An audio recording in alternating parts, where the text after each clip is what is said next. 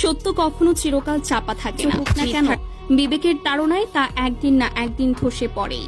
বিশ্বকাপে আর্জেন্টিনা বনাম মিশরের মধ্যকার সেই কলঙ্কজনক এবং চরম প্রহসনের ম্যাচের কথা নিশ্চয়ই আপনাদের সবার মনে আছে, যে ম্যাচে রেফারির নগ্ন পক্ষপাতিত্ব, মিশরের নিশ্চিত গোল বাতিল করা এবং শেষ মুহূর্তে সালাহকে করা ফাউলের পেনাল্টি না দিয়ে উল্টো আর্জেন্টিনাকে জয় উপহার দেওয়া নিয়ে পুরো বিশ্ব ক্ষোভে ফুঁসছিল। সেই চরম অবিচারের পর সবাই যখন রেফারির মুন্ডুপাত করছিল, তখন পর্দার পেছনের আসল সত্যটি ছিল সবারই অজানা। হ্যাঁ দর্শক, যে রেফারিকে পুরো দুনিয়া খলনায়ক হিসেবে চিনেছিল, তিনি আর নিজের বিবেকের কাঠগড়ায় নিজেকে ধরে রাখতে পারলেন না।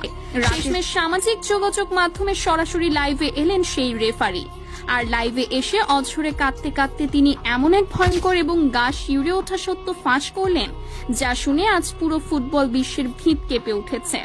তিনি জানালেন আসল খলনায়ক তিনি নন, বরং তিনি ছিলেন দাবার গুটি মাত্র। লাইভ সম্প্রচার শুরু হওয়ার পর স্ক্রিনে যখন রেফারির মুখটি ভেসে ওঠে, তখন তাকে দেখে চেনার উপায় ছিল না।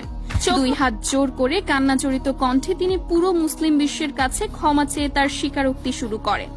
তিনি বলেন, আসসালামু আলাইকুম, আমি প্রথমেই আপনাদের সবার কাছে, পুরো বিশ্ববাসীর কাছে এবং বিশেষ করে মিশরের কোটি কোটি ভক্তের কাছে ক্ষমা চাচ্ছি।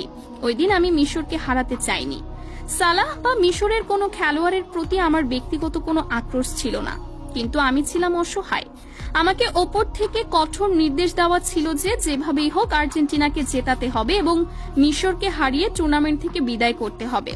তিনি কাঁদতে কাঁদতেই বলতে থাকেন কিভাবে ফুটবলের এই বিশ্ব মঞ্চকে একটি বাণিজ্যিক নাট্য মঞ্চে পরিণত করা হয়েছে।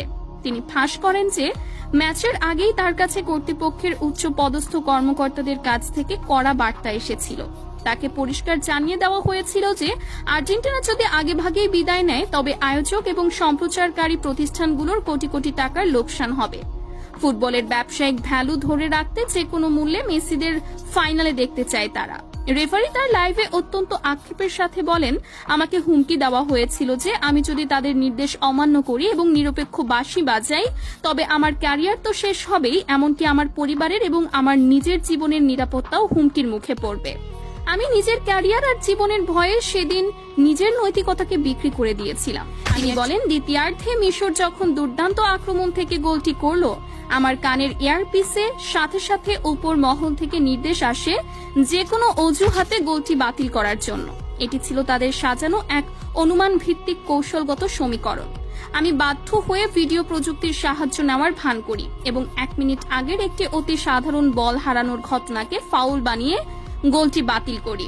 আমার তখন নিজের ওপরই ঘেন্না হচ্ছিল, আর ম্যাচের একদম শেষ মুহূর্তে সালাহকে যখন পা দিয়ে ফেলে দেওয়া হলো, আমার হাত স্বয়ংক্রিয়ভাবে পকেটে পেনাল্টির বাঁশি বাজানোর জন্য চলে গিয়েছিল।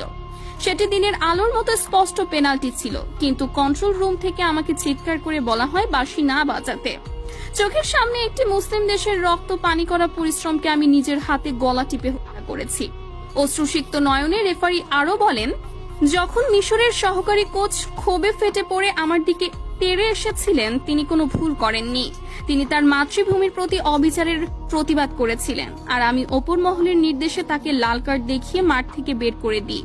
কিন্তু সবচেয়ে বেশি যে দৃশ্যটি আমাকে রাতে ঘুমাতে দেয় না, তা হলো মোহাম্মদ সালাহর সেই হাসি। আমার এত বড় অবিচারের পর সালাহ যখন অসহায়ভাবে হাসছিলেন, তখন আমি বুঝতে পেরেছিলাম যে তিনি বুঝে গেছেন এই লড়াইটা প্রতিপক্ষের সাথে নয়, বরং এই দুর্নীতিগ্রস্ত পুরো সিস্টেমের সাথে। সালাহর সেই হাসি আমার বুকে তীরের মতো বিদ্ধ হয়েছে। আজ লিওনেল মেসিও যখন লাইভে এসে সত্যটা স্বীকার করে নিয়েছেন, তখন আমি আর চুপ থাকতে পারলাম না। যে মেসি নিজে বিজয়ী দলের অধিনায়ক হয়েও সত্য বলতে দ্বিধা করেননি, সেখানে আমি এই মিথ্যা জয় দিয়ে কি করব? আমার বিবেকের দংশন আমাকে কুড়ে কুড়ে খাচ্ছে। লাইভের একদম শেষ পর্যায়ে এসে রেফারি তার পদত্যাগের ঘোষণা দেন। তিনি বলেন, আমি জানি আমার এই কান্নায় বা ক্ষমা প্রার্থনায় মিশরের সেই জয় আর ফিরে আসবে না। কোটি কোটি মানুষের ভেঙে যাওয়া স্বপ্ন আর জোড়া লাগবে না, কিন্তু আমি আর এই মিথ্যার বোঝা বইতে পারছি না। আমি আজ থেকেই ফুটবলের সমস্ত কার্যক্রম থেকে নিজেকে আজীবনের জন্য সরিয়ে নিচ্ছি।